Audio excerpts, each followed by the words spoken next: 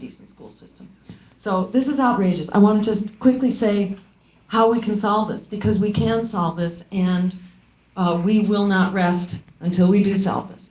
So, as Jarvis mentioned, first zeroing in on prisons and policing. Demilitarize the police. We should not be occupied by an occupying army. So demilitarize, stop feeding our communities this military equipment for an occupying army. And that equipment, as most people know, is mainly used in the war on drugs. It's not used for terrorism or security. It's used to invade, night invasions and terrorize the African American community. So get rid of the militarization. Stop funding arrests, because right now arrests are incentivized by numbers for arrests. Stop incentivizing arrests by banning the seizure of assets. So the cops get to seize whoever they bust, they get to take their assets. And that has to be stopped, because that creates an incentive for busting everybody. End the war on drugs. Let's treat substance use and abuse as a public health problem. If it's a public health problem, let's fix it. We should not be criminalizing a social issue and addiction and all that. Free the nonviolent drug offenders who are overflowing the jails. Just set them free. Why should they be in jail? Let's treat the drug problem. And we can do that, by the way, and save, how many billions of dollars a year. Let's treat the problem effectively instead of just warehousing people and destroying lives and communities. End the discrimination, then, in former convicts and former felons. As Jarvis was saying, once you've done your service, you've done your service. But these are crimes that people shouldn't have been in. These are not crimes at all. They shouldn't have been called crimes, and people should not have been incarcerated for them. So we need to end the discrimination against former felons in housing, in jobs, in education, in voting. How about we restore the vote to felons? Would you say? Yeah. And then let's go on and let's have a system of restorative justice to start with. And what does that mean? That means preventing these problems. This is not rocket science. We can deal with this before it happens. And this gets to the broader areas about poverty and joblessness and homelessness and lack of education. So I just want to describe really quickly so you know that we can fix that. And when they say we can't fix it, that is total BS. It's total bullshit, because we can completely fix it, and by the way, it pays for itself. So I just want to say briefly how that happens. In a nutshell, so we have a program called an action plan for racial justice now, a national action plan for racial justice now that contains all of this. And we have another plan that's called the Green New Deal. So I'm kind of describing them both. The Green New Deal basically says, if you don't have a job, you deserve a job. You have a right to a job. You actually have a right to a job. That's part of being a member of society. You have a right to education, you have a right to health care, and you have a right to a job. And guess what? The American people actually believe this. You'd never know it from listening to the press, but in poll after poll, the public actually supports this. This is what we did during the so-called New Deal, the Great Depression in the 1930s. We gave everybody a job. Or we were on our way to doing that, and then a few other things happened. But a lot of people, millions of people got a job just for needing a job. So everybody deserves a job. Everybody deserves to be employed in a full-time job that pays living wages. We can do that. At the same time, we can solve the environmental crisis and the climate crisis, because that clock is ticking. We don't have a lot of time. Nobody is more in the target hairs than the communities of color that gets hit. Not only when the storms happen, when the drought happens, the heat waves, etc. Who is it that gets hit? It's the vulnerable communities of color. And so we have this emergency on our hands. We have a climate emergency as well as an economic emergency. So the Green New Deal means everybody gets a job transforming our energy system so that we don't need that friggin' fracking. Instead, we create 100% clean renewable energy, and we can do it by 2030. That's enough time to turn the tide on climate change, and it's enough. It creates the urgency that we can actually solve the economic crisis that we have right now. So it solves two crises in the time frame they need to be solved. What else happens when you do that? You don't need the friggin' wars for oil, because when you have 100% clean renewable energy that's generated right here from wind, water, and sun, you don't need foreign wars. And there's no justification or excuse for foreign wars, which means we can pour back into the economy and into the things we need here $1 trillion a year, which is more than enough to pay for the costs of putting everyone to work, transforming our economy, wind, water, and sun, public transportation, local, sustainable, healthy food systems, so that we get rid of those food deserts. We have good, nutritious food to eat, which enables our kids to start learning. Because kids can't learn if they're homeless, if their families are unemployed, if they don't have good nutrition and they're breathing bad air.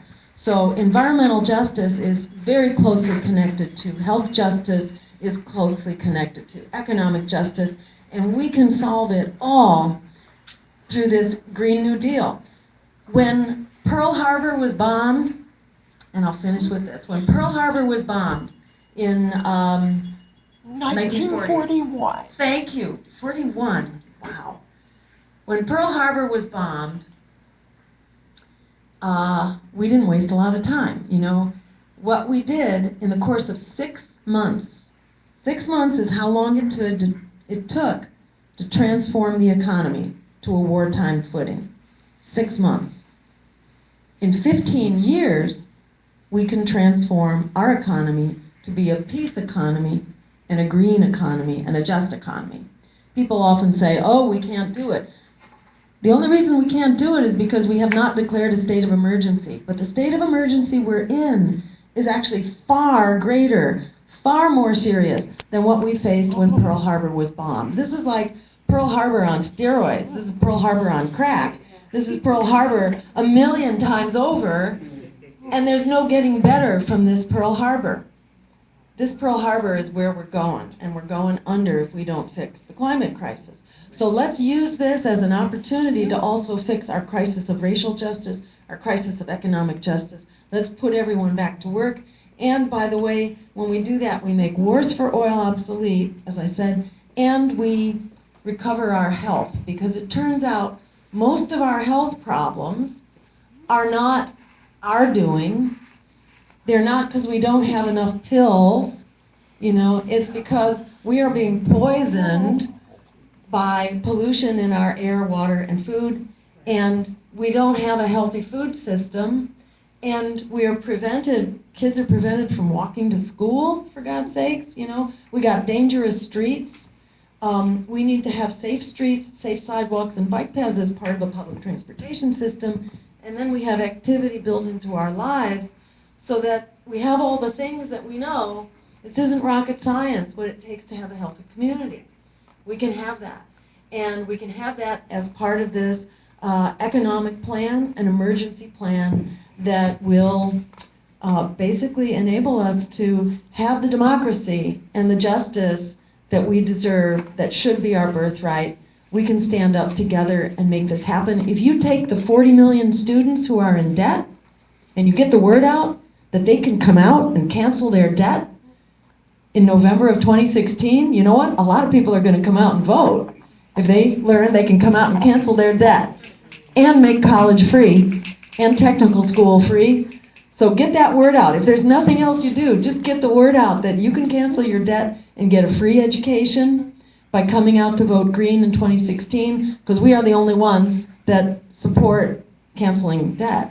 The bunch of candidates are now saying that they would make college free.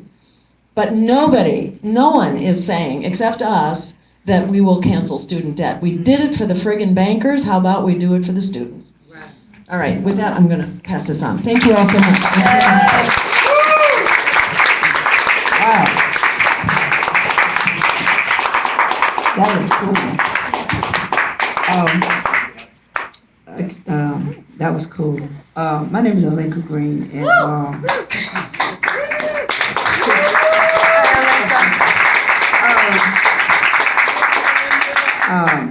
just want to talk a little bit about police brutality and also environmental racism, how that intertwines itself, because it's a web. It's a web that a lot of us are not aware that it actually intertangles with it. Anytime that you have a community where there's a high propensity of police brutality, there's a high propensity of environmental racism. That means lack of clean air, lack of clean water, uh, corporations that pump in toxics to our community, young people suffering from high rates of asthma before the age of 2, high rates of emphysema, obesity because there's no good grocery store. So I'm just going to put this off in there. Those of us who live in low-income communities of color are on the front lines of the climate crisis. U.S. cities and towns that are predominantly made up of people of color are also home to the disproportionate share of the environmental burdens that are fueling the climate crisis and shortening our lives. One only has to recall the gut-wrenching images of Hurricane Katrina's aftermath to confirm this. And I want to put a pin in this. After Hurricane Katrina, the church that I was working at, we sent a delegation down to New Orleans to help cut the grass and remove debris. And my voice didn't always sound like this. My voice didn't always sound like this. And I know that I was affected because we went into an apartment complex that had been ravaged by water. And when we went in, we could see the water lines. It was like a 2-story apartment with stairs, and we could see the water lines on the wall. But there was also mold in the apartment. And I remember they gave us like little paper masks. We shouldn't even had that. We should have had like hazmat suits if we were going into places like that. But I remember coming back to Dallas. As soon as I came back to Dallas, my breathing was affected, and I wound up with pneumonia. And I wound up having to have steroid shots. And the doctor confirmed that I had a serious respiratory infection in my lungs. And every winter since then, I've had that problem, and it came from the mold. I can't be around cigarette smoke, and I know what that was, dealing with the mold in that apartment. So I know how hard it is for people who have asthma now, who have respiratory problems, and being in a climate in days where they say it's ozone. How many of y'all watch TV when they talk about it's an ozone alert day that you can't go out? Those days, I have to watch television to see if it's okay for me to go outside. I also have a 3-year-old granddaughter. She was born premature, and her lungs weren't developed right. But so we have to now watch days. She had to be on an inhaler. We have to now watch days during the summertime and see when she can come out and when she cannot come out due to ozone crisis. I want to say this as far as at a time when police abuse is more visible than ever thanks to technology and our communities continue to get hit time and time again by climate catastrophe, we cannot afford to choose between a Black Lives Matter protest and a climate justice forum because our survival depends on both of them. Our survival depends on both of them. We cannot say I got to go over here to this and I can't go over this. We need to be in both. We need to intertwine both because not only are we being killed by the police, we're being killed by the lack of air. So that's a Black Lives Matter issue too when you don't have clean air. So we cannot separate this. We're up under police terrorism and we're also up under environmental terrorism also. We have to think about that. We have to sincerely think about that because if they're not getting us through the criminal system, they're getting us through the climate system.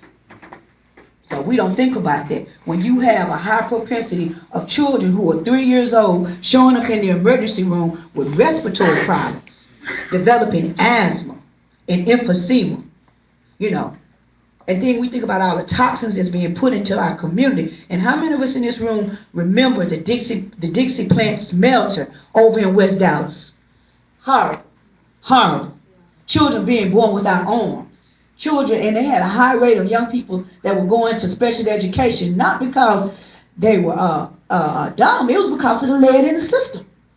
and the lead that was in the apartments, in the housing projects, because they knew that these projects were being built for African Americans, and they used lead paint. So if we look also at if we look at police brutality and we look at environmental pollution, we got to look at Freddie Gray.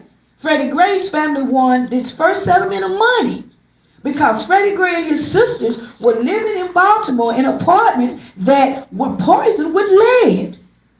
So we must understand that we are intertwined. We are intertwined in this situation. So and I was as a young woman, I started organizing against racial violence and police misconduct. And for the last 20 years, I have been struggling for environmental and climate justice. Now, as descendants of slavery and colonization, our communities have lived and continue to live at the intersection of these challenges. Anytime that you come into a community that's controlled by somebody else other than yourself, that is colonization.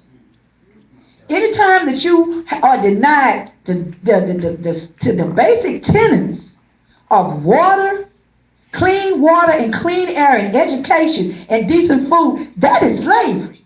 Because you're dependent on somebody else to give you these basics, which you should have had in the first place. So if we look at it today, we're still living up under those. There might not be chains, but the presence is still there.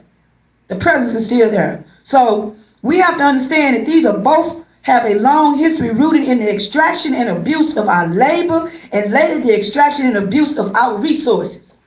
Not too far from here, the meat packing plant, right down there off of Corinth, they had a meat processing plant. For years, the people have been complaining about the smell of the meat packing plant. Come to find out that this only way that they find out what this person had been doing is that somebody had flown a drone out over that area. Now this is an area of minorities, Hispanics and blacks, have been complaining for years to the city council about this rancid smell that's been going on. And the only way they found out that this man was pouring pig's blood, gallons and gallons of pig's blood into the Trinity Creek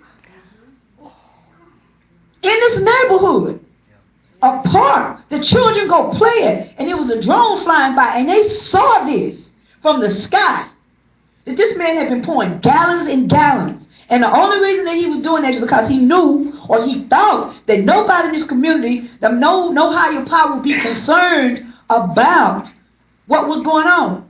But somebody was concerned.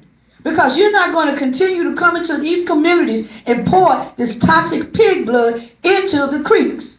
And it flows into the Trinity River. Now we live in the Trinity Forest, which is one of the largest forests in the United States.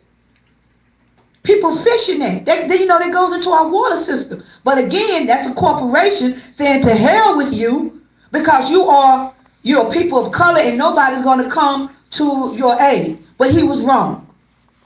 Because whether they know it or not, there are people who do care about their communities and our resources, So these both involve people who are the descendants of historical trauma and who are now faced with the catastrophe of a changing climate.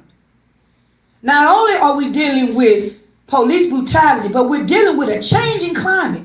Like she said, by 2030, if we're not careful, we won't have any clean air. We will be having to walk around here like something out of, what's that book? The Book of Eli. The Book of Eli, you know what I'm saying? Or where people gotta wear masks and things. Or I think about even Mad Max. Anybody seen Mad Max? Yeah. That's exactly what I'm thinking about, that we're all gonna have to be in doom buggies trying to go find water. You know what I'm saying? But and if we're not really cool, there's gonna be an actual Tina Turner that's withholding the water. That's what the corporations are gonna turn into. We're headed toward that. We have places in America right now that used to be green and now look like the Sahara Desert. We look at California. Look at California. How long has that drought been going on? A long time. What was that? About 2 or 3 months ago, the heat index in India was what? 100. It was 160 degrees outside. The streets were melting. The streets were actually melting. My aunt lives in that neighborhood. They couldn't go out for a whole week. Thank you.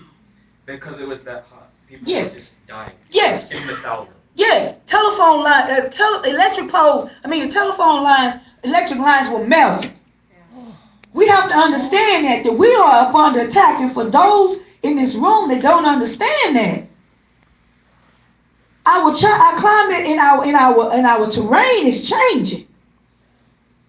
We're now living in places where we have food deserts.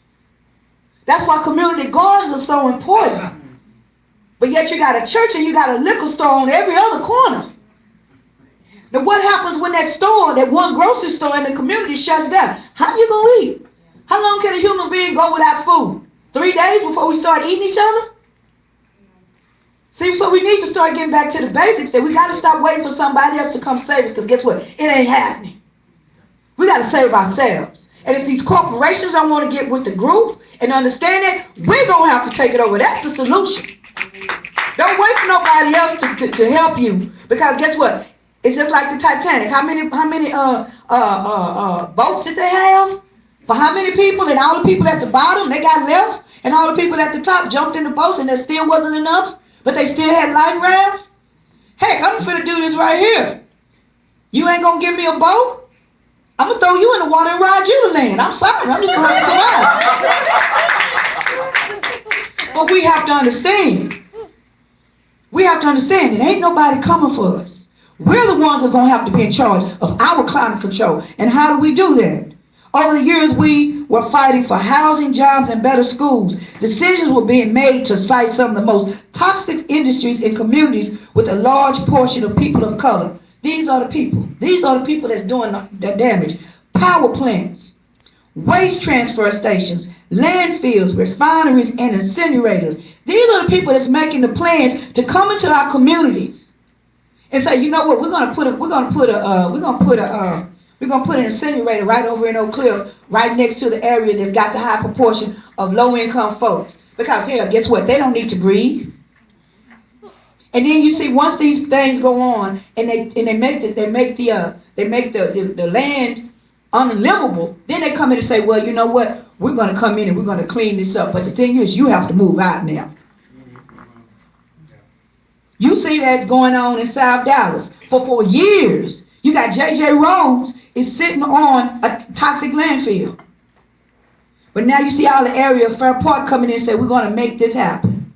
You know what I'm saying? Harley, the school that sits right across the street from Townview. I learned today that when they had that big chemical fire, I can't think of where it was, that big plume that went up in the sky, they closed Harley. Not because the school wasn't doing well, it's because the ground on Harley was so toxic that the children could not play there. Nobody knows that. N.W. Harley. The children can't even be, that school cannot even be opened anymore. It's floated all the way over. And the city refuses to dig up that dirt and do anything about it. They just wanted to build a landfill right down here, not too far from Paul Quinn College. But those students went to city council and had shirts on that says, we are not trash. Why you got to build it next to a historically black college? Because you think that we're trash. See, we have to understand that. Not only do they think that we're throwawayable when they arrest us and they shoot us, and Dallas, Texas has not convicted not near police officer in the past 44 years for killing African American or Latino. We need to look at Santos Rodriguez, who was shot, handcuffed in the back seat of a police car. Darrell Killer Kane received 5 years but only did 2 years. Santos Rodriguez's mother killed her abuser. She served more time than the police officer that killed her son.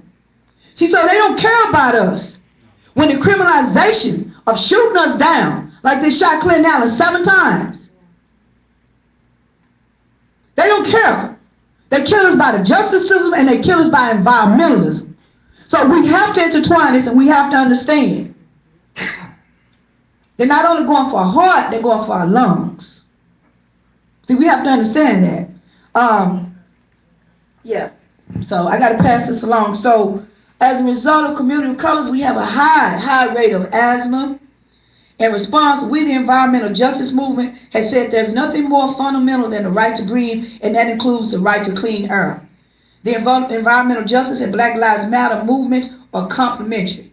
Black Lives Matter in the Gulf, and Black Lives Matter in Texas, and Black Lives Matter in Baltimore, Black Lives Matter in St. Louis. We all have to come together and fight environmental racism. Because again, if they're not killing us in the street, they're killing us through our air. So I just want to say that, and I thank y'all so much.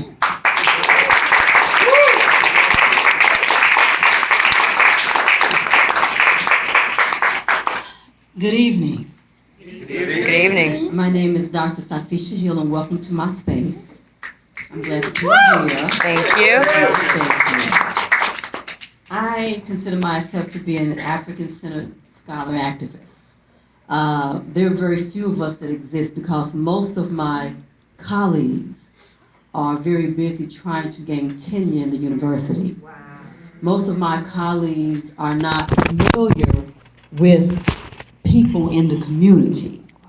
Most of my colleagues don't really take time to talk with their students or educate them because they want to make sure that they don't upset the status quo. I'm not that sister. I'm not that sister. I never have been. This is how I dress to go to work. This is how I dress to go to work.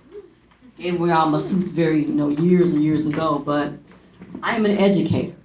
And I am blessed to be able to do what I love to do and get paid for it. I teach in the minor program in African American Studies at UT Arlington. It is a new program. I teach a course on Introduction to Black Studies, on Black families and Black women. I'm very open and honest with my students. After class, they still hang around me. Some of them will come and sit in my class. I'm like, you in my class? No, ma'am. Were you in my class last year? Yeah, but they come regularly. I was like, okay, I'm just going to give you an assignment. I also teach 2 online courses for Cedar Valley. I teach a course on Black women and one on social issues in Black community. One of the major social issues that we discuss is police brutality. What's interesting is I have in my online class 3 officers of the law. And so it's interesting, their comments are very careful because they don't want this stuff to be out there to anyone. Now, one thing that I have to remind people about the police are the origin. It's always important to know the history of anything. And what's interesting is that those who are majoring in criminal justice were not taught the origins of the police. I have students from various fields, and they're like, I didn't know. I'm like, but you're a senior major in criminal justice. How come you didn't know that? Well, now, the origins come from slave catchers. Slave catchers. Slave catchers. Because, property, you need to, go back and retain your property because, its value. African people were considered property. And so as many of our ancestors developed this disease called drapetomania. Drapetomania, Dr. Cartwright, I can't think of his first name, but he was a psychologist, physician, who diagnosed African people who wanted to be free with a mental illness called drapetomania, and said they must be ill because they want to be free. I suffer from that disease. Me too. And I know many people who do. Yes, drapetomania is what it's called. And what's very interesting is that the justification of the slave catchers, of course, to catch the runaway slaves, also in the area of St. Louis, as the immigrants came into the area, the slave catchers were also there on patrol to observe and to make it safe because of the native people who were already there. So slave catchers or patrol catchers were very busy chasing people of color out of their home environment to make it safe for the Europeans who came over to settle the United States of America. A lot of people don't understand this. Well, the connection is still there. You see some of the things that the slave catchers that turned into the Ku Klux Klan, that turned into the police department, did historically. I had this discussion in my class today. I said, how is it that today we're seeing some of the same things that we saw during slavery, during Reconstruction, during Jim Crow, during civil rights, during Black Power movement, and we still see it today?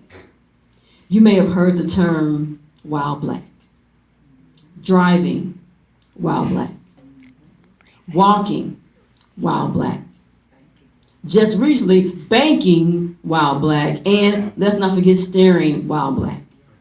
So Black people are under attack on a regular basis. And you know, we want to say, oh, but you have a Black president now, racism has ended.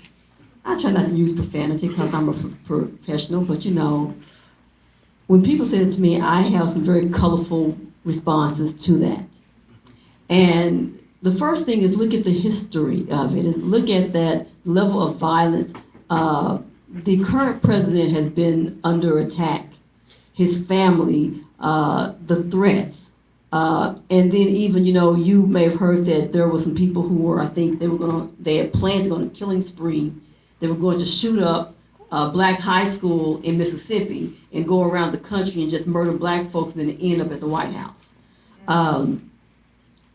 You won't hear Fox News, false Fox, yeah, False you don't always spews. hear it on the evening news. But people who are aware in the community know about it. People are afraid because what we're seeing now, and I'm so pleased to see this, the level of activism among the youth is growing and growing and growing and growing. When I show my students footage from, for example, some of us went to the Black Panther film last night, the screening, and you saw the multitude of faces of all colors supporting the Black Panthers. But the media tells you, well, they're murderers and they do this and they do that. But isn't there this thing called the Second Amendment? Doesn't somebody know what that is? Yes. Well, you know, basically it's the right to bear arms.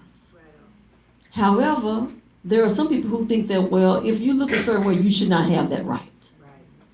I work in higher education. We are scared as hell. Because now they're saying, well, you can come on campus with your pistol, really? And I told my students, look, if y'all see me packing, don't be alarmed. Because that's dangerous. Well, the brutality spreads. It spreads. The police, and yes, you know, we know there are some good cops. I wish they would stand up and speak up and not be afraid. But you know, I guess folks got to feed their families. At any rate, it is a serious problem. For Black mothers, historically, the worry has always been about their sons. The talk that Black mothers and Black fathers had with their sons was what to do when the police stops you. And sometimes white folks did not understand that because we base things off our own experiences. So, you know, Officer, Jones is a good guy. He protects and serves us. It depends on where you are. And, you know, I had a student who indicated this was a young white male and had a Black friend. And they pulled up to the young white man's house and got out the car. And there was a police officer who stopped the young Black man and said, "What are you doing here?" "I'm visiting my friend." And the friend had to come and defend his friend. This young white man told me a week later, the same cop stopped us and harassed him. He said, if I had not seen it with my own eyes, I never would have believed it. It is fact. It is fact. So we must address these issues. First, we understand where it comes from. And then we must understand that society has given the okay to murder unarmed Black men and women.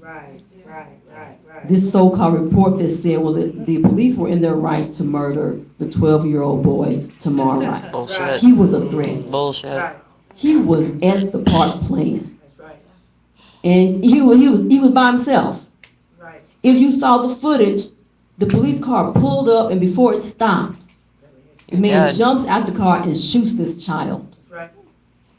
But they're justified. Everything is justified. And so what is it telling you? That your life don't matter. So it doesn't matter what you do. And, you know, there's this old joke, what do you call a black person with a PhD, nigga? I've been called that before. But, you know, I'm not afraid because I understand where I come from. I know that there are young people who are not afraid. And that is so important. It is so important. It swells me with pride when I go to protests and I see young people out here. And, you know, sometimes, you know, we got to move over. We have to teach our youth how to protest. The first thing I tell them, make sure that somebody got bond bail money for you if you go if you go to jail. When I went to the I forgot which protest it was. I've been to so many. I think it was Ferguson, where we were in the street on Highway 35. Usually I would take my daughter. I did not take her. When I left the house, I said, if I'm not back by midnight, you call somebody. She said, Mama, I don't have any bail money. I said, call. I gave her a list of phone numbers. Because she know her mama. She be out there on the protest line with me because I'm teaching her. But make sure, one last thing because I know my time is up. In order to be effective, you must know the rules. You must know how to be calm. And you must know how to check out your surroundings. Don't go into a space where you can't get out. Make sure that when you speak that you know what you're talking about.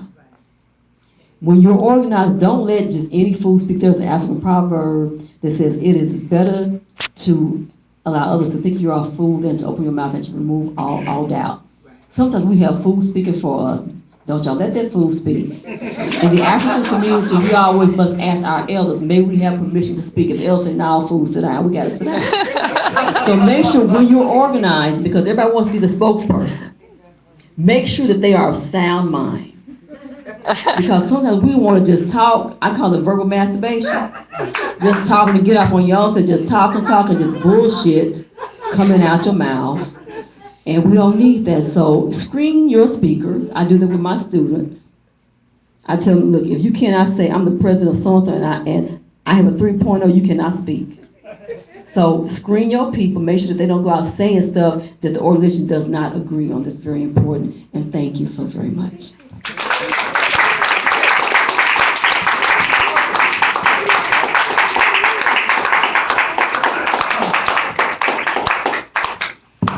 So again, let's thank our panelists with another round of applause. In my opinion, I think that they did a very good job at the topics that needed to be presented to you tonight, that we do want to open up with a discussion on. And in addition to it, Jarvis started with mass incarceration, which I did not mention, which is very, very important. So thank you for making sure that that was noted. I will have to ask, excuse me, I need to ask permission from Dr. Safisha if we could extend for about 20 minutes. Thank you so much. Go ahead. Can we pass that basket now before people file out? Oh yes, my apologies. This basket is here because we want to ask you all to make donations to Acts of Change Cultural Institution and to help, you know, promote. Can you man pass it around for me? To help us sustain this place. It's a great contribution. So thank you all for whatever you can contribute. So Dr. Safisha has allowed us, you know, some additional time to deal with Q&A because we did get a late start, and we appreciate that. Like again, she had some other projects that she was working on, but she do understand that this is important to us, so therefore she has made sacrifices. Okay. So we will open for Q&A, and the way that I want to do it is I hope that you all have some questions to ask. But the way I would like to do it is I will allow our audience to pose a minimum of 2 questions. Is it minimum or maximum? Maximum. 2 questions. Okay? And with those questions, I will allow the panelists to answer them, hopefully in 2 minutes. You have 2 minutes to answer.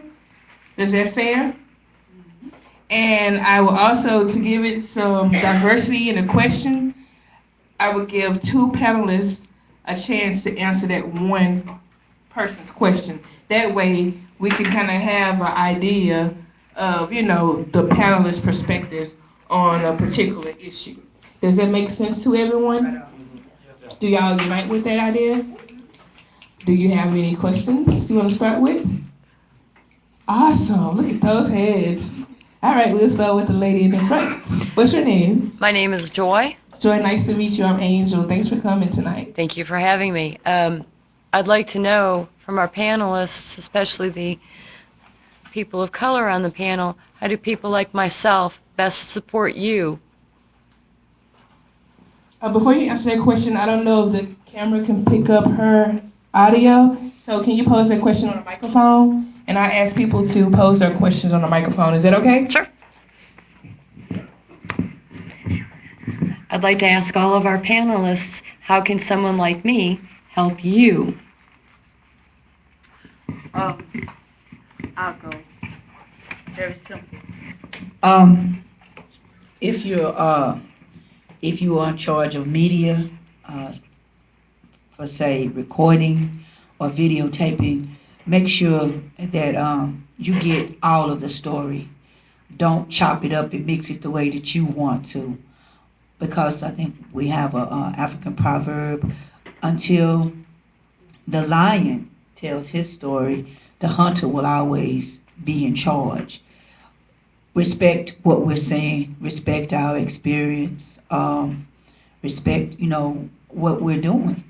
One of the things that I'm seeing right now is that there are a lot of, with the Black Lives Movement, I'm really respecting that white people are not just jumping to the forefront and saying, well, taking over. They're really understanding that this is what we're going through, and they're respecting, what's going on. They're contributing, but they're not jumping in front and trying to be the face or the voice of the Black Lives Movement. And I want to say it's not a moment. Some of the press has said, well, this is just a moment. This is just something that's just going to be here and it's going to fade away. No, we're here. This is a movement. Somebody was saying that this is not your grandmother's civil rights movement. No, it's not. Grandmother and them went through some serious things. They went through, hell and high water crossing Selma, but they didn't have St. Louis. They might have had Birmingham, but this is just an extension of the civil rights movement, but it's being done with technology. And what's so cool about it is that it's international solidarity. The young people over in Palestine were tweeting back and forth to the young people in St. Louis saying, this is how you handle tear gas. So it's just not being, compartmentalized here in America. They're seeing it all over the world.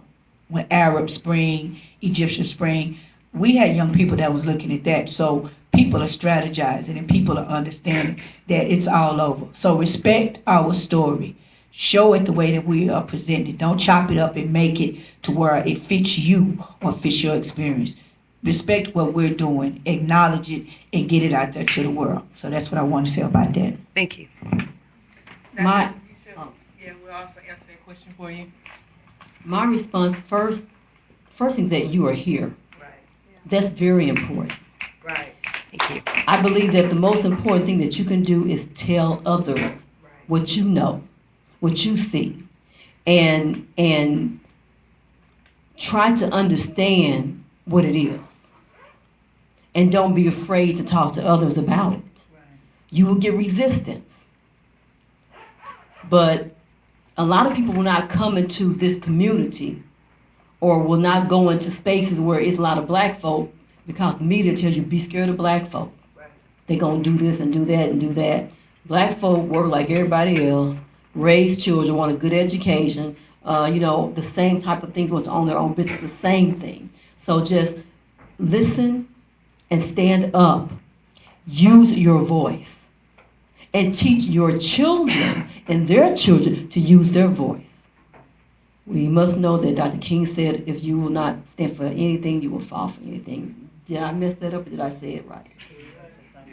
Yeah, you know what I mean. Yeah. So, yes, thank you. Thank you. Thank you for your responses. I have another question for the gentleman in the back. What's your name? Chris. Hi, Chris. Nice to meet you. Nice to meet you. So, hi, I have a question for Jarvis, actually. So I'm from Houston. I just moved to Dallas a couple of months ago. And in Houston, I did a few Black Lives Matter actions and also Indite America before that. And I'm wondering what the scene's like here in Dallas. What are some of the major things that have happened here in that movement? And also, how can I get involved in that in the future? Great question. Thank you.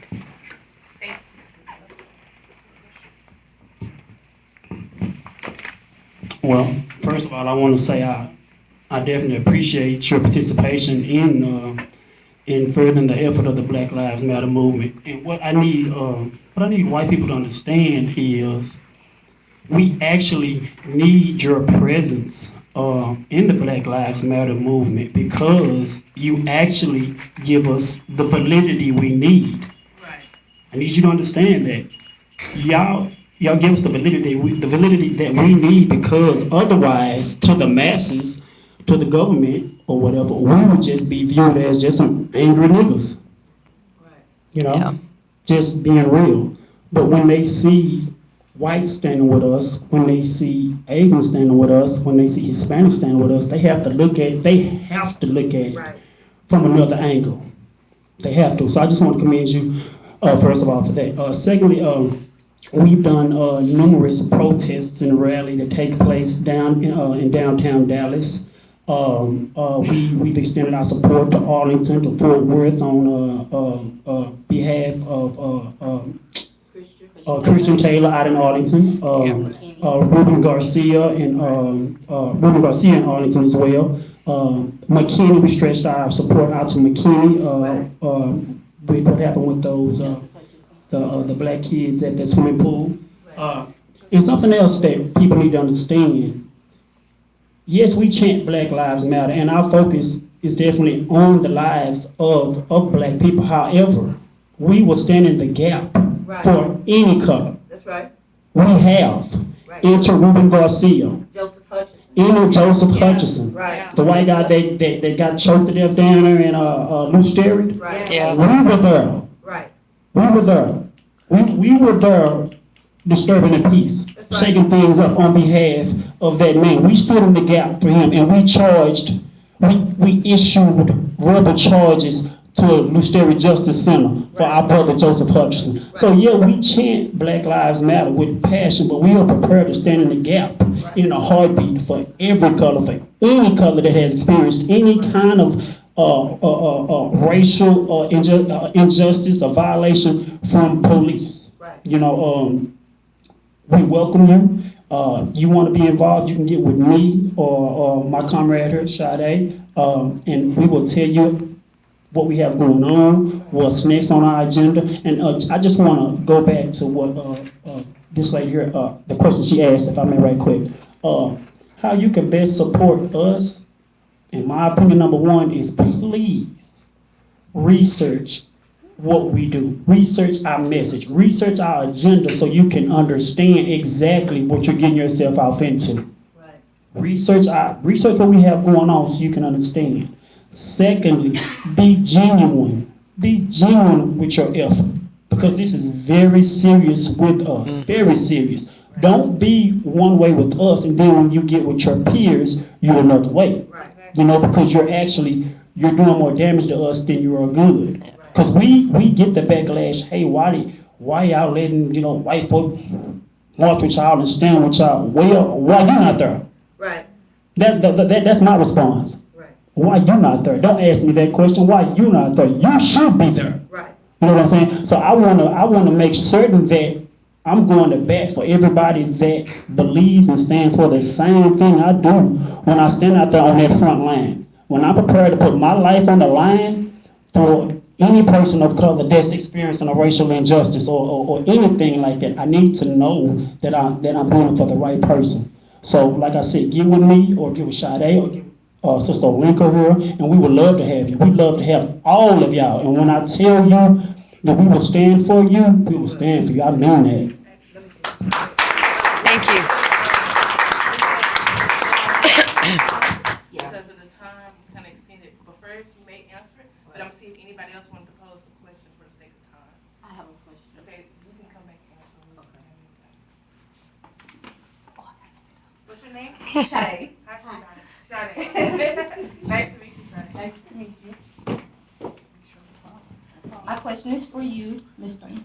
Under your administration, if you're voted in, I know you spoke on it briefly, but how will you handle mass incarceration, prison privatization? That did not come out right at all.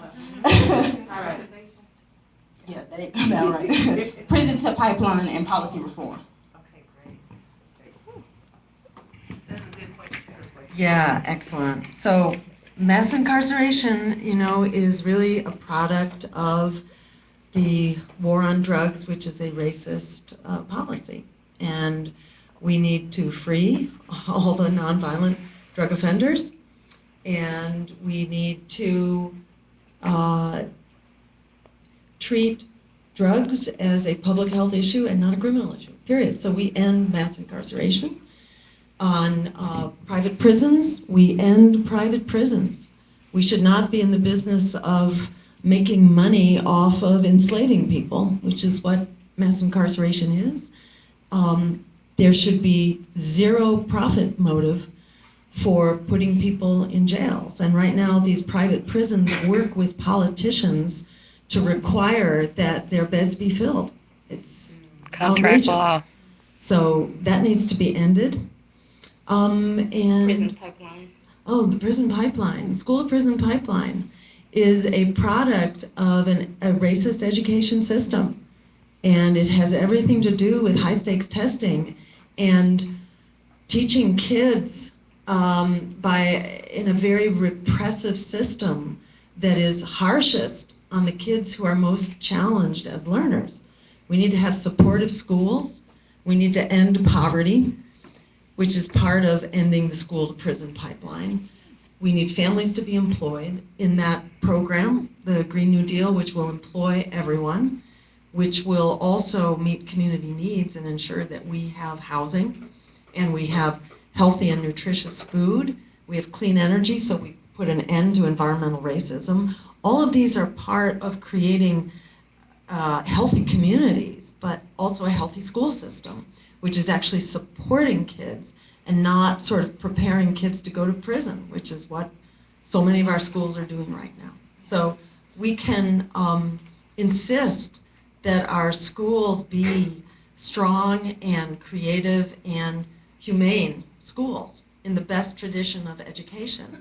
The guys that, like Arnie Duncan and the mayor in Chicago, the guys who are the big proponents of these horrible school systems and high stakes testing, they don't send their kids to those kinds of schools. They don't. We all need to have schools that are teaching to children for lifetime learning, which include music and which bring arts and recreation and community back into our schools. This is how kids really learn. They need to learn through real experience in their communities. This is not rocket science. This is what real educators know. The people who are the proponents of high stakes testing and privatized schools, these are not educators. These are business people who are looking to make a buck. Yep. They are not educators, and this is an absolute national disgrace that our education system, our public education system, has been degraded by funding cuts to start with, and now they're going in for the final blow, which is to privatize the system. So, communities like, recently there was a community hunger strike in Chicago in defense of the school system. 19 days.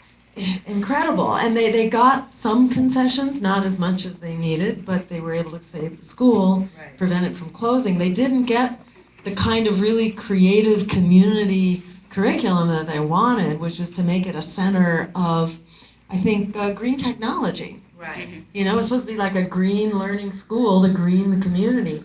And that ought to be the standard everywhere. And, you know, in my mind, the way that we move forward on this is by, you know, doing what we're doing here tonight. Right. They would like us to be divided and conquered and separated into separate movements. Right. We also need to bring our movements together, because if we come together so that Black Lives Matter, so that everyone has a job, so that we have a right to excellent education and health care. If we're bringing the movements together in a system change, you know, in a system change that puts people, planet, and peace over profit. We bring it all together. It's for us, it's for the ecology, and it's for peace. We can't get one of those unless we get all of them. And if we get together, then they can't stop us. Thank you. I want to address what Jarvis was saying. Okay. I got you. Okay. Did we have another question from the audience? I just forgot about you. I just want to make sure that we have, for the sake of time, I want our audience to be able to ask their questions. Thank you all very much, and it's thank you especially Dr. Hill for allowing us to be in this space. It's nice to have a place that has clearly a connection to the ancestors and to that is opening a sacred space for us. I think that's important. It makes this conversation more meaningful for me. It makes me more present here in my spirit. And my name's Tane from Austin, and I've been a community organizer for a long time. I've seen a lot of panels. They usually don't sound like this, and there's this difference between, I think, what some of y'all are saying, which is inspiring to me, is that you're talking about fighting to win. You're not talking about, oh, we're always going to be subsumed under something that is crushing me, but actually we are now working to, we want liberation for our people. And I think we all want liberation from our people, whoever we are. I also want to ask you, I want to ask you all a question, if I may, and that is, what role does culture play in this? I think we've been a long time taught that we are all just going to be subsumed underneath a homogenous, liberal, essentially white culture. And that's not true. I don't believe that. And whether it's religion or art or whatever it may be, I think that there's going to have to be something more. And is there something inside each of you that you want to share that helps you be able to see that vision for the future? What is it for you in terms of how we transform our society? Thank you. And then, Alinka, you will reflect on it as well, and then you can kind of, well, you can reflect on that question that you had. Culture is my thing. Culture is essential in how we develop as human beings. When we understand our unique cultures and we embrace who we are, we embrace other people, particularly those who are like-minded. And sometimes we don't always get that. So we can sit in this room because we have a shared culture in terms of what we think is important. And I think that, you know, when we understand, when we embrace our own culture, we're not as afraid. When we understand the ancestors, because everybody don't, you know, or spook and ghosts, ancestors, Big Mama and them. And when we understand Big Mama and them and their presence still in our lives, that's our guiding force. When we understand that these are all ancestors on this wall, this is our ancestral wall here.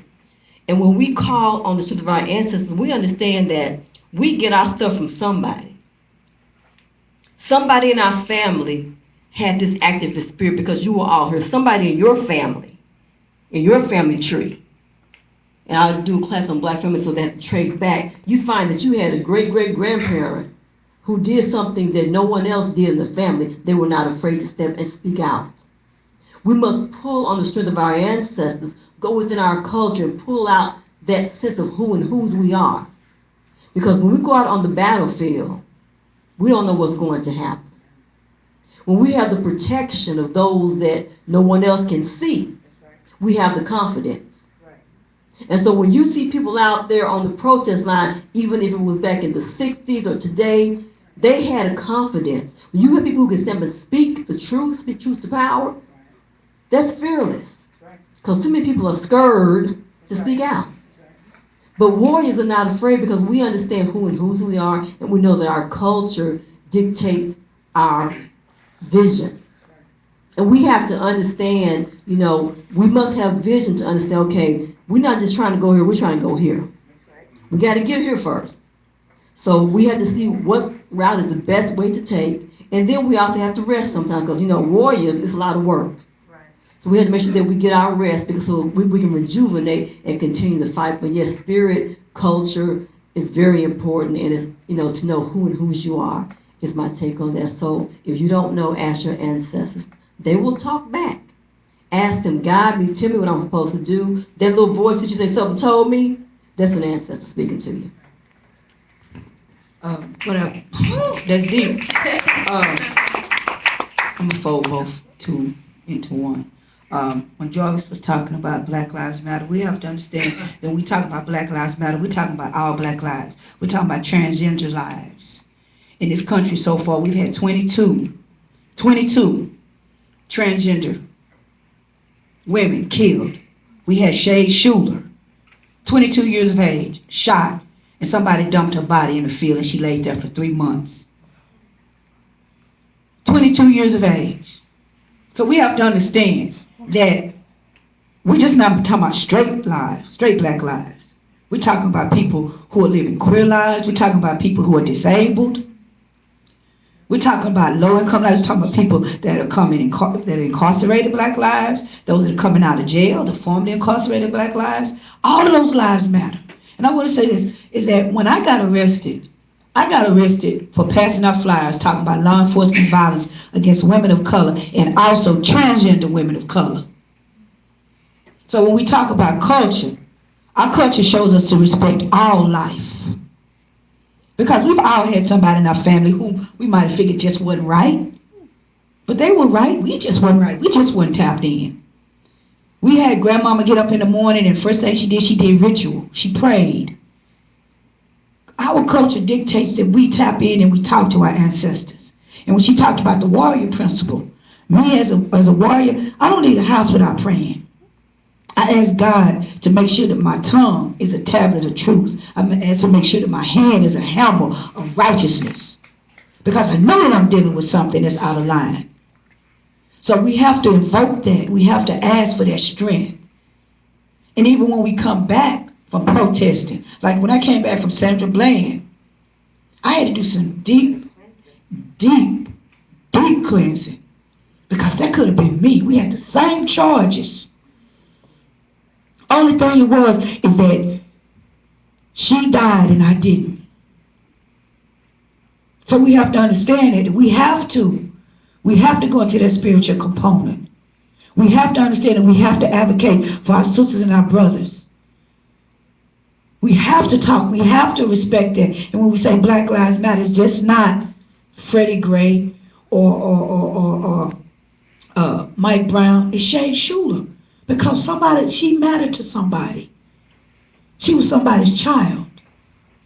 And so we have to understand that. So when we're doing that work out there in Black Lives Matter, I say when I'm doing it, I'm just not doing it for me because I had some transgender people square business came for me, spoke for me, advocated for me that I would have never thought.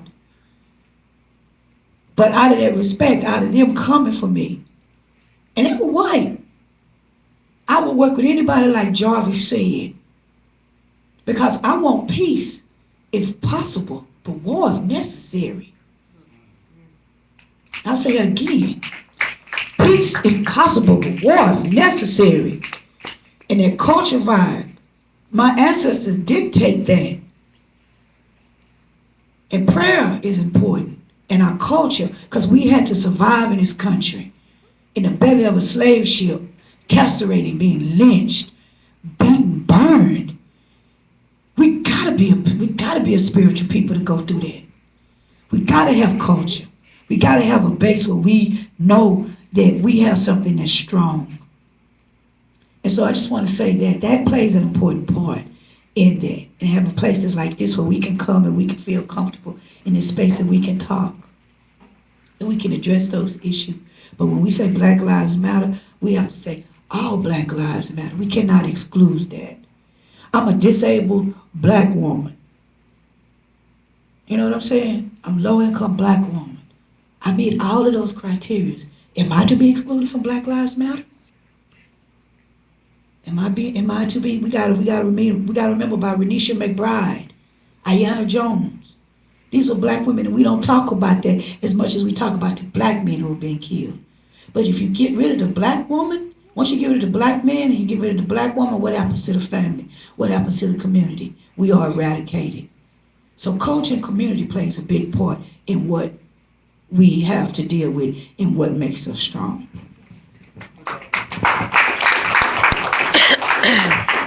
Thank you so much, Alika, for following up with that, because it's very important. And then also answering his question on culture and showing us how it is intertwined, these issues that we deal with. The request that I had asked for the 20 minutes is up at this moment. However, I don't think that she's a stickler about it as much as I may be, but I just wanted to make y'all know that it is that time. But I would like to ask if there is any more questions, since she's not a stickler for time. Any more questions, but we do have to wrap up. And after the question, is there another question other than this young lady in the back? Will there be any other questions after her, or is she the final person? Looks like she's the final person. After her question is answered, I would like to have some closing remarks from Dan and Gary. No, Dan. What about you, Gary? Thank you so much. So Gary will close us out after this young lady's question. You can come up now. What's your name? Amanda. Hi, Amanda. Hi, Nice Amanda. to meet you. Hi, Amanda. Hi, Amanda. So it really means a lot to me the way that you talk about how all Black Lives Matter. And I really envision a justice movement underneath all Black Lives Matter that would include, environmental issues, women's issues, minority issues.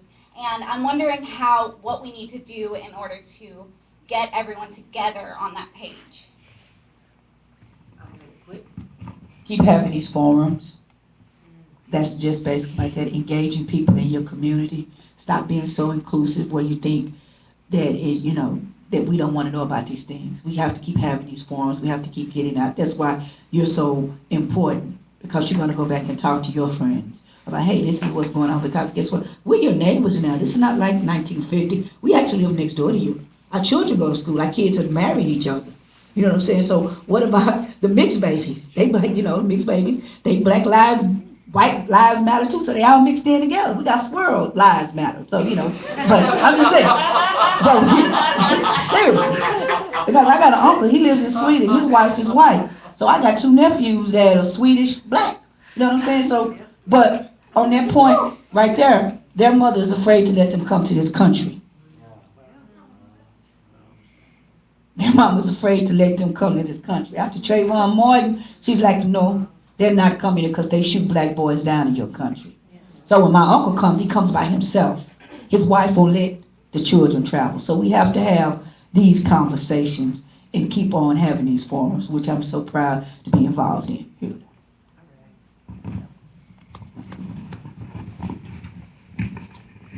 Yeah, just piggyback a little bit off of what Lincoln said. Yeah, these forums are definitely necessary, and we have to engage.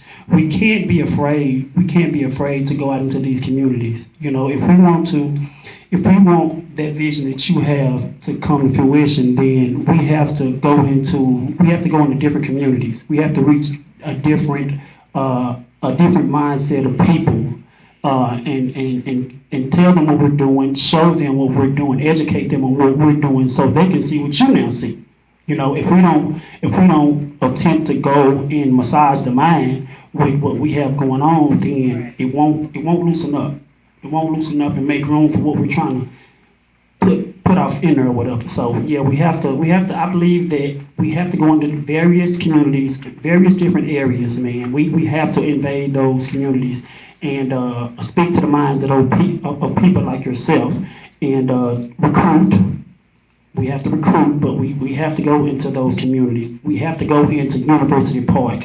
We have to go into Highland Park. We have to go into White Rock. We have to go where we're not seeing a whole lot, so people can see us, and then that's gonna gauge something. Okay, what's going on? If they don't see us there, then okay, well, we don't even know what they got going on or whatever. But stay engaged. We have to invade communities and massage the minds of people not like ourselves. And I think we can get to that vision that you see. But it's gonna take a collective effort from everybody like yourself and people from various different races or whatever to make that happen.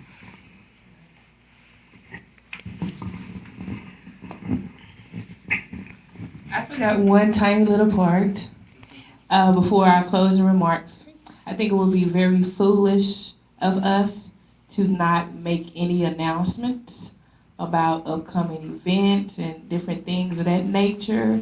It would be foolish of us not to give contact information for our organizations and so forth, and how we can support Jill's campaign or whatever other endeavors that are there.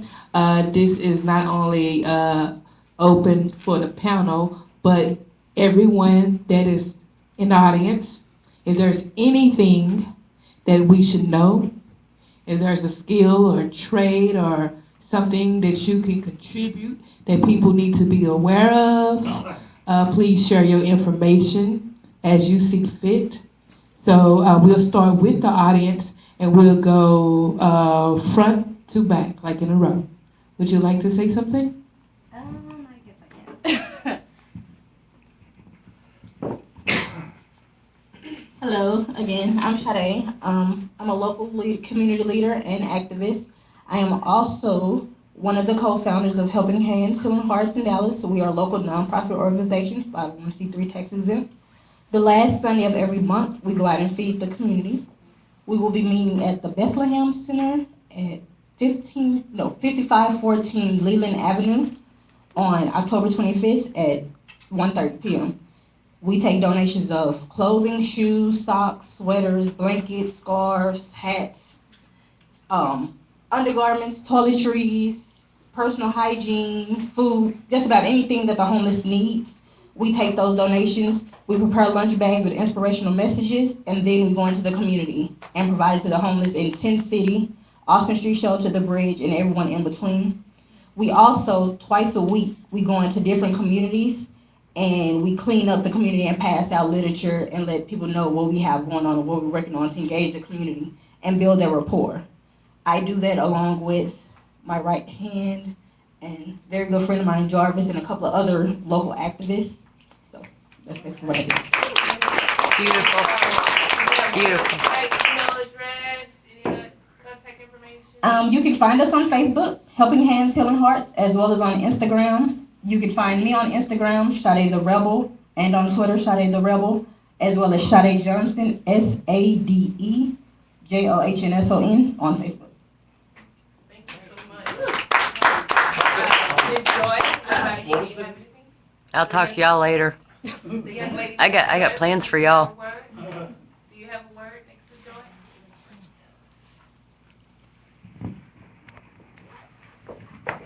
Good evening.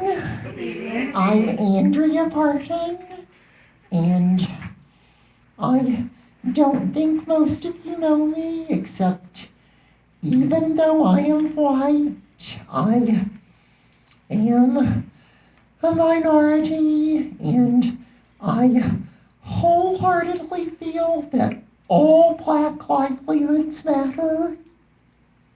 And just in case you don't know, I'm a transgender woman, and I'm also on the autism spectrum, and I run a local autistic self-advocacy chapter, which is a chapter of the multinational organization known as the Autistic Self-Advocacy Network, which is headquartered in Washington, D.C., and you can look up that organization on the internet. You can also find me on Facebook is Andrea Abigail Parton, and I thought that the panel had some very interesting things to say, and I was very glad to be here tonight. If there's anything anyone feels like they could use some more, please feel free to let me know. And I also want to let you know that I am working right now on trying to make the local ASAN chapter, that stands for Autistic Self-Advocacy Network, a little bit more active and prominent. And so if anyone here would have any interest in helping me with that, I would really appreciate it. Thank you. And I want to say she is one of the people that advocated for me. She was one of the people that called up and made sure that I was okay. She's one of the people that went to God for me. And I didn't know what I had to do. But I want to say thank you because I'm honored to finally meet you and see you. But this is one of the people that went down the dark and advocated for me. And like I said, so when you have friends like that and allies, that is very, very important. Never would have thought that. I was like, what? Yeah. This is Jersey. What? Yeah, that's a force to be reckoned with. So I'm just thankful that you're here and that you came, and I really appreciate that. And thank you for what you did for me. I'm glad to have helped you. Oh, you did. I appreciate Very that. glad to be here. I don't want to cry, but thank you for what you did for helping me with that. For real. That means a lot to me. It really did.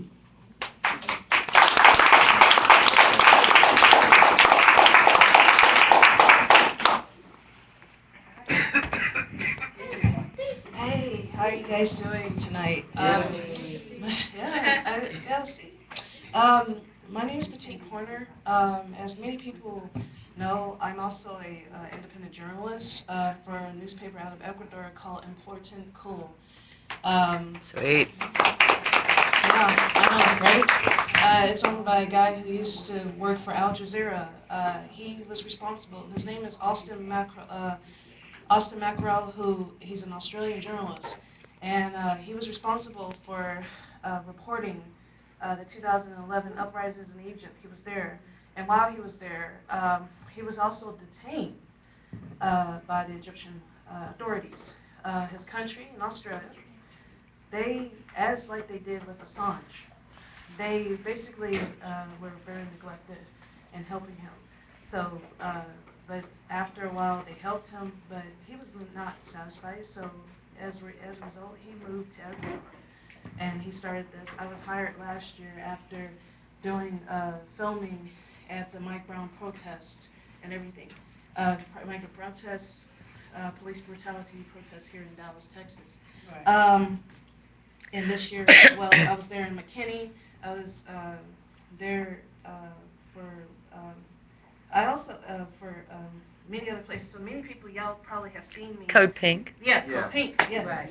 And whatnot. I know Jill Stein. I actually, some of you probably have known. I'm not gonna take a long time with this. Some of you probably know that I went to LA for the United We Stand Fest.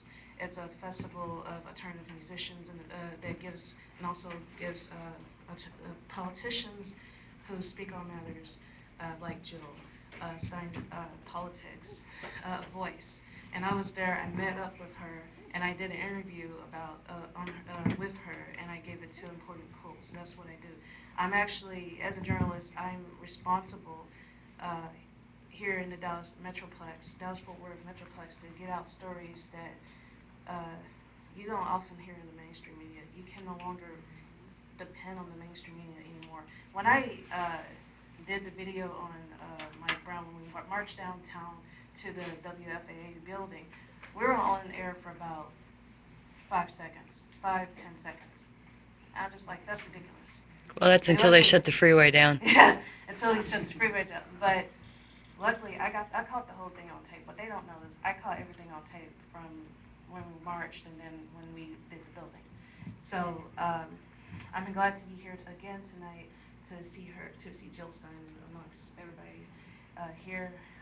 Also as a part of the Tarrant Greens with Diane Wood and Leslie, because I serve on the local Green Party. I'm a local Green Party member.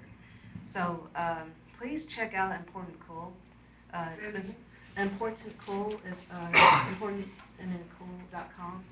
We have a lot of great stories up, and as me, you know, if you want to help me out, just donate if you can donate if you can to me and to Important Cool, that'd be great. If you are not Facebook friends with me, please add me on.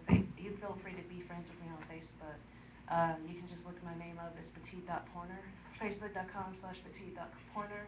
I might go under another name, call it name Allison, but yeah, that's actually my real name is Petite Pointer. So that's all I wanted to say, and I'm really glad to be out here tonight with you guys. So thank you so much.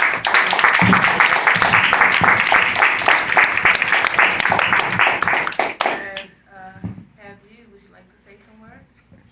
What's your name? My name is Cheryl. Hi, Cheryl. Cheryl. I've been a local activist for many years. Co-founded the local BDS group, and I've been active in animal rights and earth justice, various social issues for quite a long time. And I'm really happy to be here tonight. We've had an awesome panel. And I just hope there's more of us. We keep growing. You say you're currently active in, you said BDS? Boycott, Divest, and Sanction. And is there a website or something that we can keep in touch with you? Or? Yes, North Texas, BDS, .org. Okay. North Texas BDS. Yeah. Yeah, we're also on Facebook. Thank you so much. Tony, is that you? Time actually. I'm sorry. Yeah, that's great. That's okay.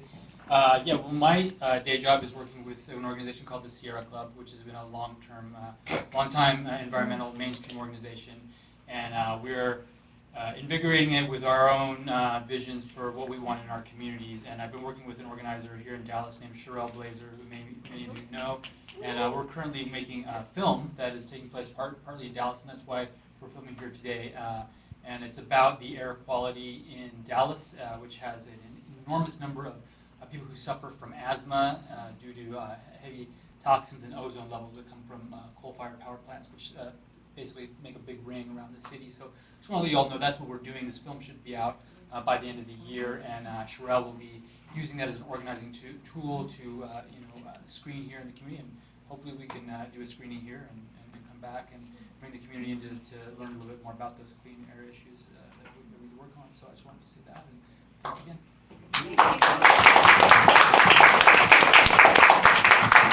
Katie Booth.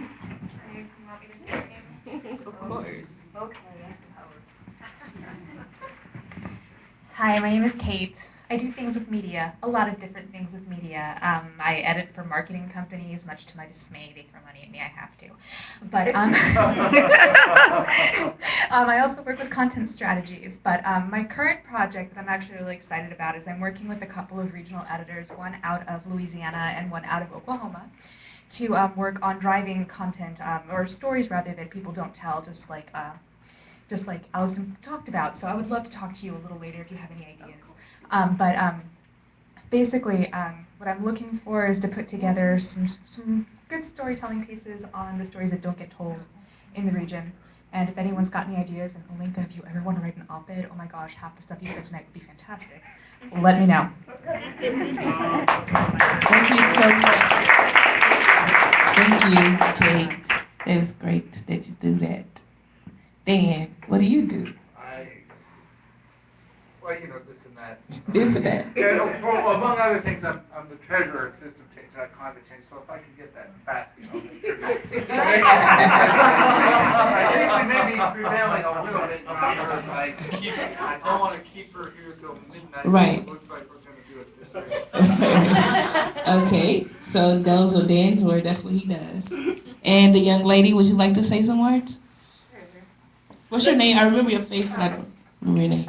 I go by Kels. Kels, yeah. Before she goes, let me just say something. I had the pleasure of hearing this young lady speak at a protest, and when I tell you she blew me away, oh man, she blew me away, man. She's good. She is good. I really mean it. Very good. Yeah, I'm not gonna do that right now.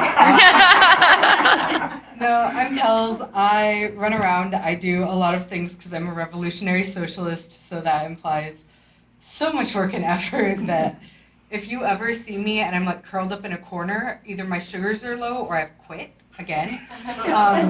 I've done everything from campaign to end the death penalty and working with families for men who are on death row, to tar sands blockade, to banning fracking in Denton, because I live in Denton. I've done clinic defense, which is standing outside of an abortion clinic and basically preventing protesters from accosting women. So just whatever you want to talk with me about, whatever you need, I probably know someone and have probably already been like, no, I'm done here. So is there a way to contact you? Lincoln knows me. That'll work. Like your t-shirt too. Who's trying to ask you something? Oh, I was just gonna ask her a question. Oh, yeah, sure. I go by Kels on Facebook. Oh. Jen?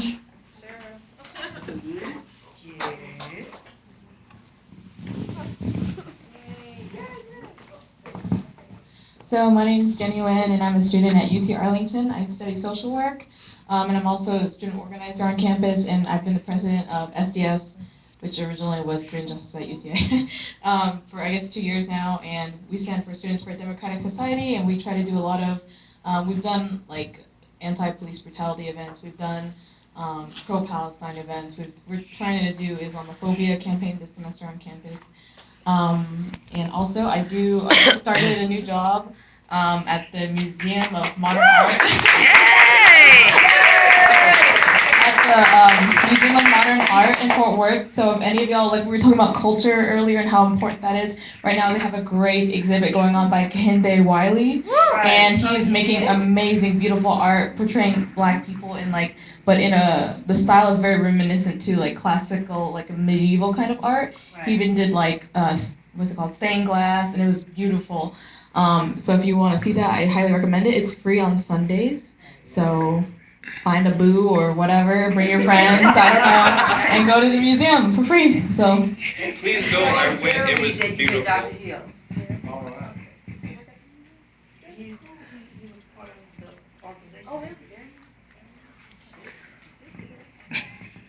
Right? Yes. Yeah. Okay.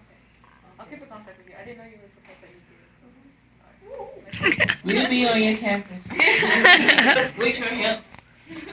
Diego? Is that right? Is that right? No. Nice attempt. What is your name? I go by Tiago. That's my middle name. But if Ian is easier for you, that's my first name. But that's kind of boring. I like Solo. Yeah, but I don't really have anything to say. I'm not really involved in anything, but I definitely want to learn more about the Black Lives Matter movement here in Dallas and about the environmental justice movement. So anything you guys know about that, I will be happy to hear how I can help personally. I just wanted to say I loved the event tonight. You guys were electrifying. I loved it. Thank you so much. Thank you. How about you, Chris? Yeah, I'll come and say some more words. I like saying things. So yeah, my name's Chris Getzman. I've been involved in a few things in the Houston area, mainly in the environmental community, but my passions are definitely economic issues, justice issues, criminal justice. And the panel tonight was really good. I've been to a lot of panels, and this one was very thoughtful, very thorough, and I feel like it was actually very upbeat, and it's about solutions and not really about a system pressing down you that you can't do anything about. So I just want to congratulate all the panelists. I think it was really good. And yeah, pretty much echoing your statements people have already made. And also, I really do want to get involved in Black Lives Matter movement here in Dallas. So I definitely want to find out about specific events that are going on or get in contact with somebody and find out if there's any the way I usually find out about things is I just follow Twitter pages and just see if there's something going on in Houston. So any strategies on getting involved here in Dallas, I would really like to hear about. And those are the things that make these panel discussions meaningful, because it definitely lets us know who people are, what they're doing, and how we can get involved. And it enhances and enriches our life when we are, truly passionate about our goals and objectives. We have help along the way. And so you meet someone that you hadn't met before that really kind of takes the load off if you organize properly. If you do it diligently, it's a very big stepping stone. People, each other, as long as we're not exploiting and abusing one another, we're good to go and we share the same interests. Amy? Amanda. I was going to say that one first, but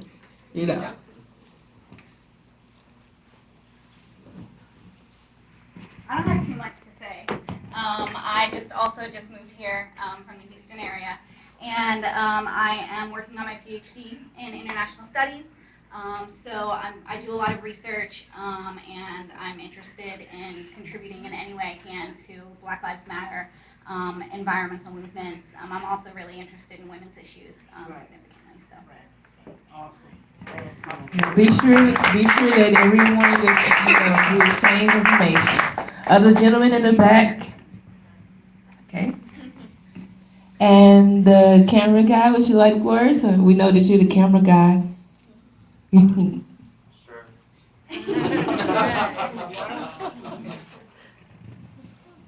What's your name? Thank you. My name is Matthew Gossage. I'm a filmmaker in Austin, working with Tane and Sherelle at the Sierra Club. Look forward. Thank you so much for having this in this space. Look forward to hopefully working with some of you in the future, and we'd love to show the film later this year here. And you can contact me through Tane or Sherelle with the Sierra Club. Thank you. Thank you so much. And I think I first found out about the Sierra Club when we was at the City Hall at the time.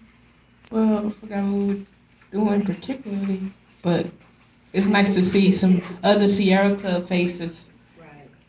So Gary, you do great work, and I know Sierra Club is some people that you work with and have established relationships with, and it's good to see on another occasion consistency.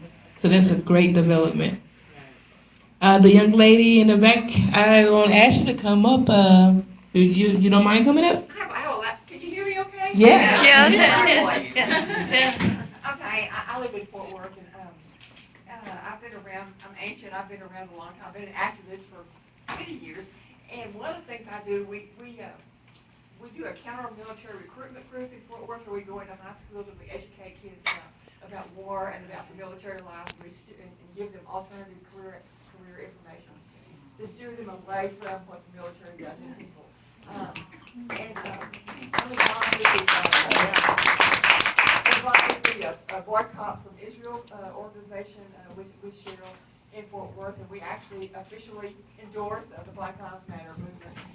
Those organizations, I've always been pulled to organizations who fight against war, who declare that we have another way to live other than war. So I'm really energized by being here. It gives me hope to see that we can really be so powerful. We can come together as groups, and if we just unite, we can do many, many things. We just need to be consistent. I'm also with the Tarrant County Green Party, and Jill Stein is my idol, and I've seen her face so many years, or so many months, that I feel like I know her, so welcome. Thank you so much. Okay, well that concludes everyone in the audience. Thank y'all so much for being so open and participating. That's what. He was good. Y'all are really good group of audience members, because y'all again have something to contribute, and that's why we're here. This is not the end. This is the beginning of more and more work to do, and we enjoy the work that we do, right? So we're gonna close out with just the panelists giving very brief. Gary's gonna close us out. Yeah, he's gonna close it. But just give us very brief contact information, summation of everything, how we can get in contact with you, if you have websites and upcoming events and things of that nature that we need to know about. Our Facebook page is the ACT, A-C-T, of Change, C-H-A-N-G-E, the Act of Change. And you can find all of our information there. Thank you. Yes, I have an announcement. Tomorrow, this coming Saturday, we're having the first Marshall Major Taylor Community Bike Ride here in Oak Cliff. Marshall Taylor was the first black professional bicyclist. He broke many records before he was 18 years of age. But he was loved in Europe. He was loved all over except for in America. He was beaten. He was choked. This young man was amazing. And so what we're doing is that we're honoring him by having a community bike ride from the Paul Lawrence Dunbar Library to our community garden. And it's going to be October 17th.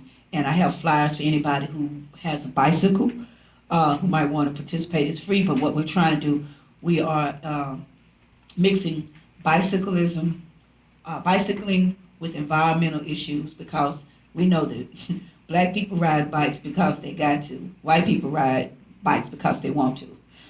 You know, you ain't got a car, you can't afford the insurance, a whole bunch of things.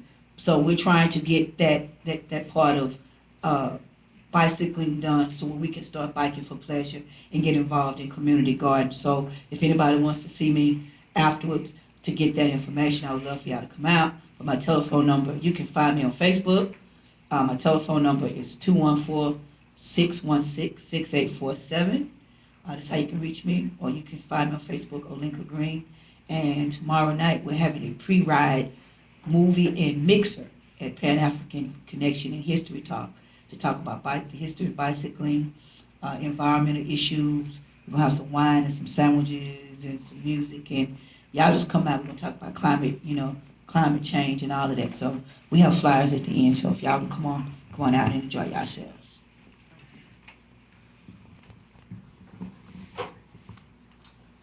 Big thank you to everyone. This was really an incredible panel, a really inspirational evening. Thank you all so much. And big thanks to Olinka and to Gary for making this happen tonight.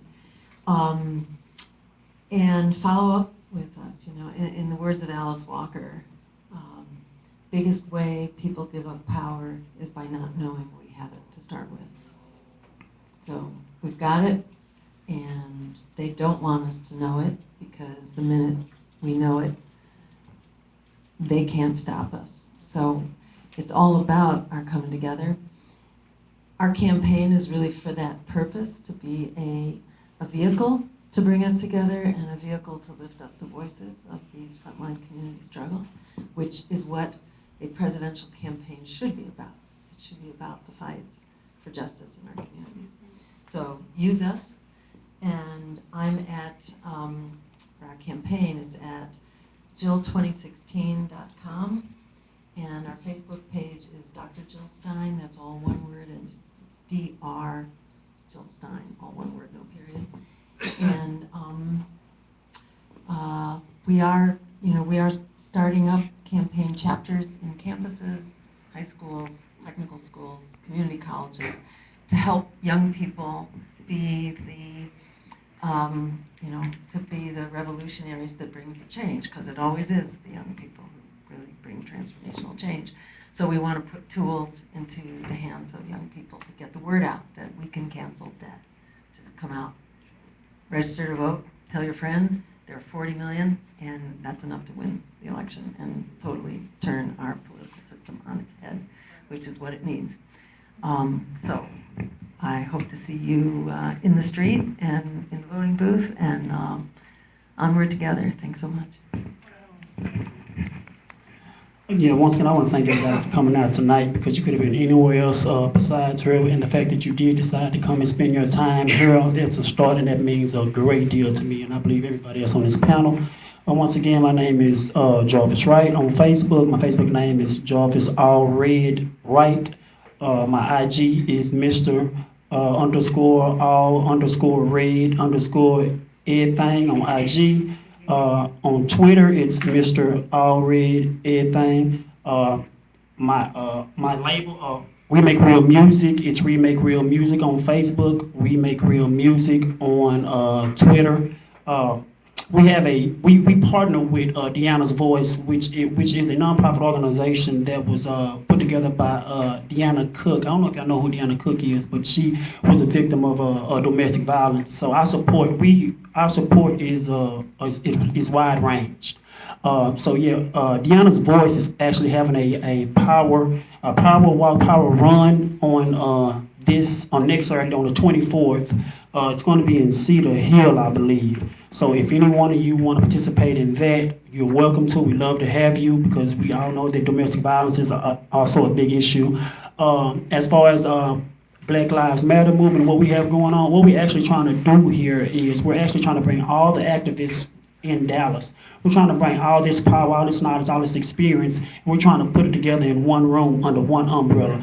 And we're going to call it the Dallas Action Coalition. And if you're interested in being a part of what we have going on as far as that goes, we'd love to have you. And I promise you, this is something you don't want to miss because it's going to be big. Right. It is going to be big. We would love to have you. So if you are serious about becoming a part of the activism here in Dallas, get with me. I will give you my information. I would love to bring you aboard and love to have you involved because I promise you, we finna shake some things up in Dallas. That's right. Good. Thank you.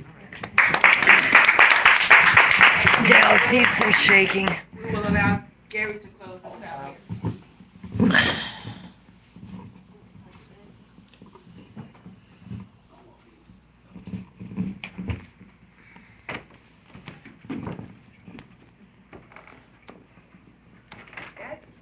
I think I do. Okay. First, let's give a round of applause again to our speakers.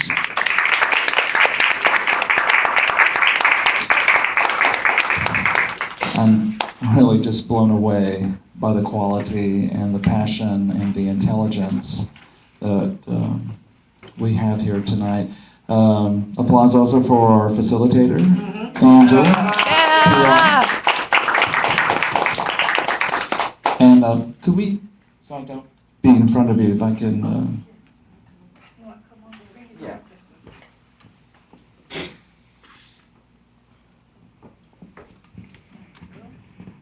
Kind of reminds me when I was a back row Baptist. Now, we were independent Bible church and we thought Baptists were going to hell.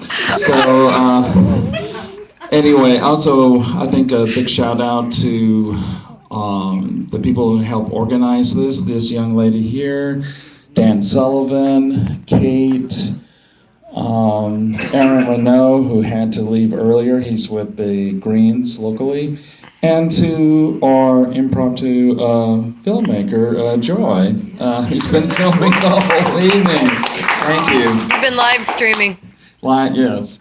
So again, I'm Gary Stewart. I'm a native from Houston. I've been in Dallas since '97. I've been a longtime activist with social justice and environmental causes, and I'm a social worker. I've worked in mental health social work, as well as hospice, and also research study coordinator. I've been involved with system change, not climate change, for about almost 3 years. And System Change on Climate Change is the eco-socialist coalition for United States and Canada. And basically, we're not afraid to use the C word, capitalism.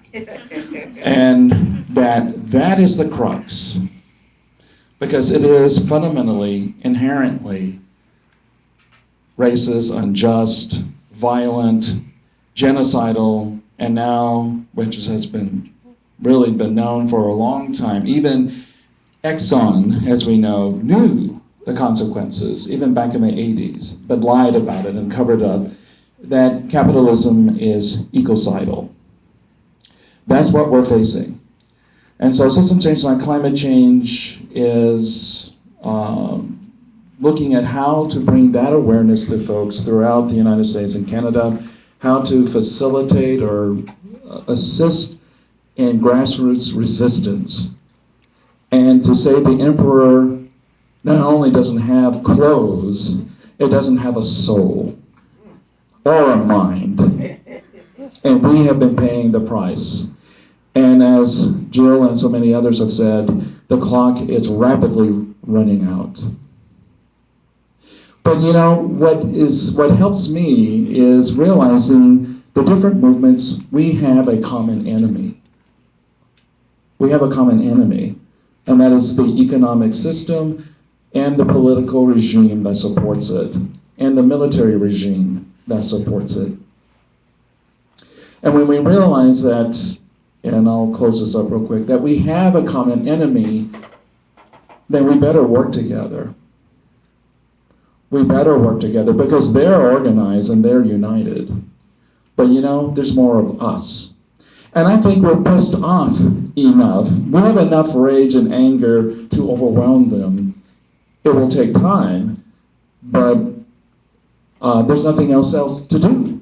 What better way to spend your time ensuring a just, sane, livable future for ourselves, for our children and their children, and for all the species on the planet? So I just want to let people know that over here there is a sign-in sheet, I believe, that if you wanted, you just put your information down and then by it, if Aaron is, what Aaron told me is, you can check which box you want to know more about, be it system change like climate change, Black Lives Matter, and the local Greens. Also over here we have information that you can get from System Change like Climate Change website. I would encourage you to go to it. It's a wonderful source of information, finding out what people are doing throughout Canada and the United States. Wonderful up-to-date articles dealing with climate justice, environmental racism, labor and environment, etc.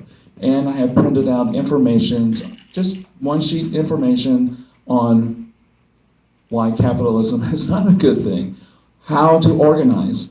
What would a green, just society look at? So it's a great way to get some information quick, and when people start spouting nonsense, you can kind of rationally respond back to them.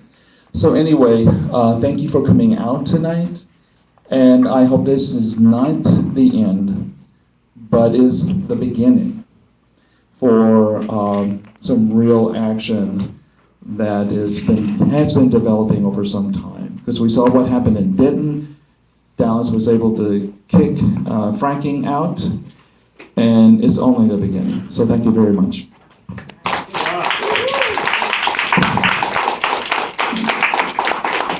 Everyone have a good night. Thank you.